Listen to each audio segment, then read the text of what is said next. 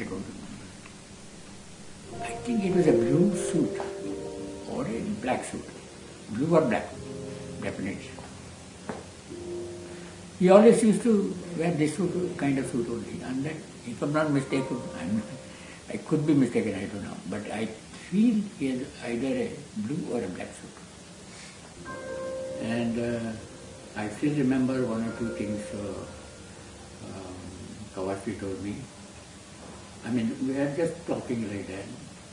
He said that he was deeply interested in art and that there is a growing interest, growing need for an art gallery because a large number of artists were trying to find a place to exhibit their works.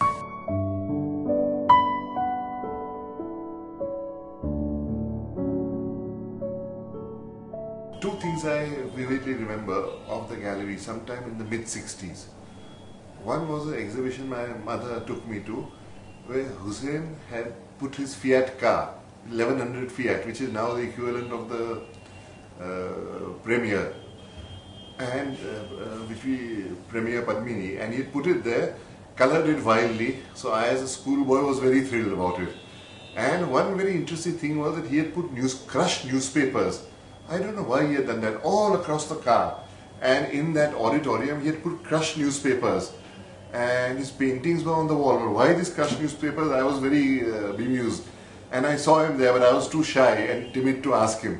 My very first exhibition actually happened to take place in Jahangir Art Gallery. And I had the main hall, half of the main hall, the other half was occupied by Prafulla Dhanukar. And so we wished each other good luck and whatever. Now, you know, in those days people visited galleries and so on, opening, I didn't know too many people. However, one day what happened was, my friend Gul Kausji, who was then a legal advisor to the Tatas in those days, she came in and it was just her and me, and then suddenly another person walked in and she said, "Do you know who that is?" I said, "No." She said, he's a director of Grindlays at the moment. So I said, "Oh, really?" She said, "Why don't you go and talk to him?" So I did. I went up. It was Mr. Neville Wadya. And so I said, "Well, sir, my introduction was, I said, my name is Krishna Khanna, and I've just left your bank." He had one gallery, bigger gallery, which was at 20 rupees per day, and I had a second gallery, first exhibition gallery, which was 15 rupees per day. Today's the prices. 15 rupees a day I paid the rent of the Jahangir Art Gallery. It was so cheap, it was so, artists could afford to have an exhibition there. All these artists, whoever in Bombay that time, they used to, in the evening, they used to meet in the Jahangir Art Gallery. They used to be, you could have seen them outside the gallery, sitting there on the steps, or standing there and chatting. And even Dr. Bhava, of the atomic energy, he used to paint quite well. He used to do sketches and things like that. In fact, I thought he was an artist and scientist, but a real artist. Because I used to see he's showing his work to all these artists and things like that. First time ever I exhibited in a kind of properly in a gallery, it was at Jahangir. Lots of first shows happened there. Bal Chhabla's first show happened there. Hussein, Ara, Raza, Sabawala, they grew with the gallery. Giv Patel, Sudhir Patwardhan. I remember Sudhir's first solo show at Jahangir, and I first time saw Bhupen Khakkar's work, which was also at Jahangir. So, and then that was the time I became a fan of Bhupen Khakkar. Prabhakar Barve, who is no more now, but all these people, majority of Bombay artists, Lakshman Shrestha, I think people used to come from, Calcutta or Delhi. Also, I met Bikash Bhattacharya, whom I met in Jahangir, and spoke to him and talked to him. And I remember in '81, a show curated by Geeta Kapoor called Place for People, which was the first time very beautifully curated show which came to us, and it was about the narrative paintings in Indian contemporary art. So met Jogen Chaudhary, Vivan Sundaram, and Ghulam Mohammad Sheikh. All these people were there, and that's how I think, lots of, in fact, majority of meetings happened there. There was Jogen, there was Vivan, and it was fantastic somehow, that whole thing about you're part of the center of contemporary Indian art, and this was available, and you're a first year student, and looking at all this stuff, and arguing about it and absorbing it, and it was wonderful. And through the years, all those 5 years at JJ, I remember specific exhibitions at Jahangir, sometimes specific paintings, on the, I remember the wall, and very special to me was Tayyab Mehta's exhibition. I think I was in my 4th year, so that must have been 84, I think, and kind of large exhibition with all those rickshaw pullers. That was the first time I think was showing those works, and brilliant color, and extremely moving, very powerful. And I remember Tayyab used to come and go, and talking to him, and again and again, each painting somehow one would visit, and you just wanted to kind of suck it in. So it was really wonderful, and the openness of Jahangir. You walk in with friends and you hang around, and you come again. You somehow, it was a great days, that. Well, Jahangir, from the college days, the gallery means Jahangir. That's the equation we had in college. And I think we were kind of growing up, exposed to all this.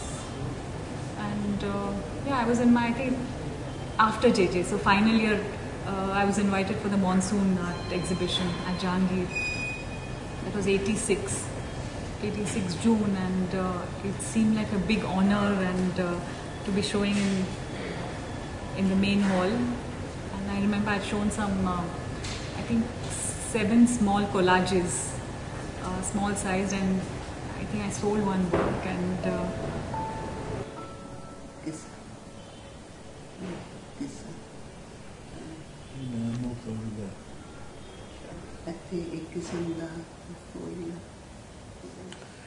Jahangir Gallery played a great role in my evolution in Bombay so much that to this day I have had no exhibition in Bombay in a commercial gallery.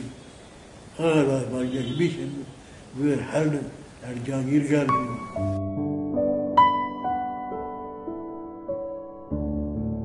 I remember an incident.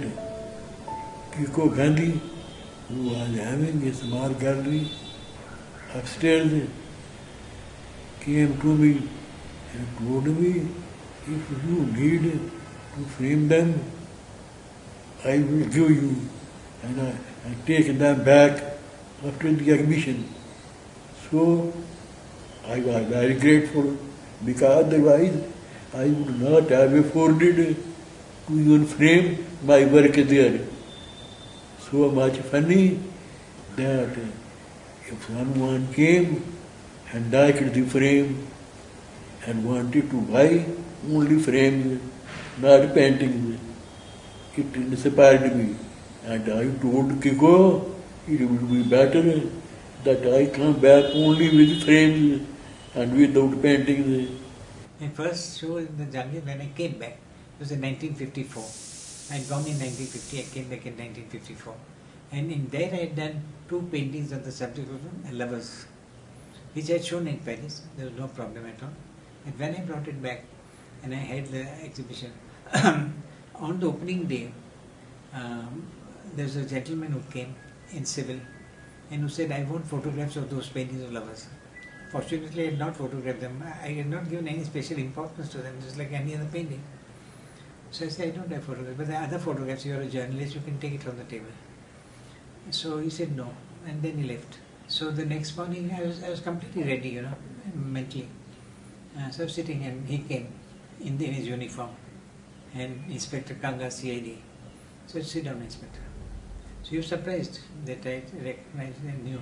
So he sat down. And he took out his hat, but he was perspiring, you know. I was completely cool. And he said, under section 292 of the IPC, Indian Penal Code, I order you to remove those two paintings of the lovers. I said, you are nobody to give me an order. Only the judge can give us an order. You are a police inspector. You can request me to remove them, and that's all. You can't give me an order. And that really happened when I was going abroad. When passing for the thing, they say, there's a court case against you for obscenity. I said, I won the case. I've got a copy of the judgment also, and I showed you it was okay. But I was keeping a copy of the judgment. I won the case. It is High Court order that the Jahangir Gallery is out of bounds for police.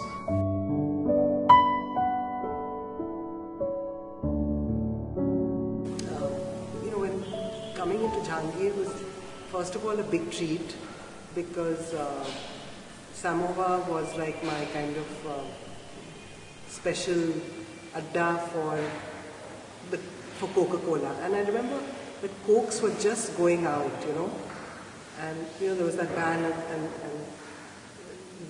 the government ban on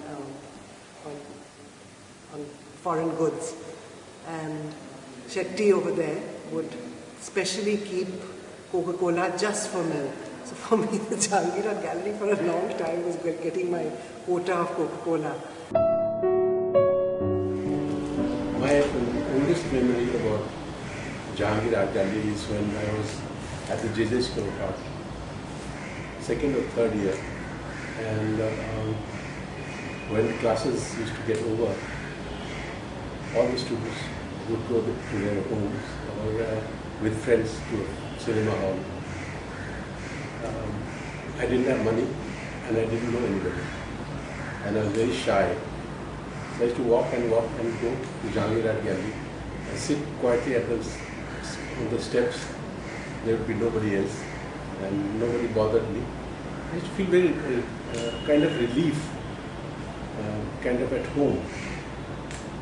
So, even now if I go to Jahangir Art Gallery in the evening and there is nobody and sit down, it would be the same, exactly like those days. I don't know, it was almost like a second home. It's a place that anybody, as I said, that the bus conductors, when the buses were parked outside, they still are, but in those days, they would come in and look around, walk around. And Jahangir loved the art gallery, Jahangir Art Gallery, because of its reach to the general public. He had several exhibitions at the Taj Art Gallery as well, but that's exclusive. You see, anybody's not going to walk in. The interaction with just walking crowd was the most beautiful thing happened to me in my life, because what happens in private gallery, you just go there, you open your show, and then probably you don't go again for your show unless and until some media events or someone meeting you there. But when you are physically present at Jahangir for like 7 days or say 15 days, the kind of people you meet coming from all classes and wherever from India, for them is like a tourist attraction. And at that time also some of the artists said, we marvel you that you entertain all these people who ask these silly questions. But when I look back, I don't think they were silly questions. People were curious what art should be or what art is. And students were curious, and they would come from Elphinstone and Xavier's and some other colleges around in that area. And I don't think those were silly questions, they were basic questions. So from the price of the painting, and they can just, whatever comes to their mind, why you've done this and that, they can ask that. That thing, I find it very interesting and challenging, and I never faced that in my life before. And after that, the next show I did, I was slightly prepared on how to handle that part. My work has always been about ordinary people, people in the street, and I've always felt this need to be able to share this work with the people who are the subjects of my paintings. And so Jahangir has a special relevance for me compared to showing in private galleries and things like that. I've always wanted, even when I have later showed in private galleries, I've insisted that they extend the show for a short period in Jahangir. Right through its 60 years, unwaveringly stuck to its objective in providing a space for young artists to grow, to display themselves, and at the same time the big names keep coming back again and again. Now there's the environment there is unique. Unnati said to me that she's seen a picture of a police constable walking around looking at an exhibition. Now that is what pleases us absolutely the most, because that's what we are there for. That's a sentiment, that's a kind of a objective which is enshrined into the DNA of the gallery, and that is something that we will never compromise on, regardless of however we decorate it, however we enhance it, whatever. But that objective will never ever be compromised. Totally accessible, it's central, its doors are, there's a very democratic kind of entry point. Always ready for a cup of tea. It was a hotbed for romance, and why not? I think it's an ideal environment for that. It's a place where everybody goes to. It's well on the way to everything else.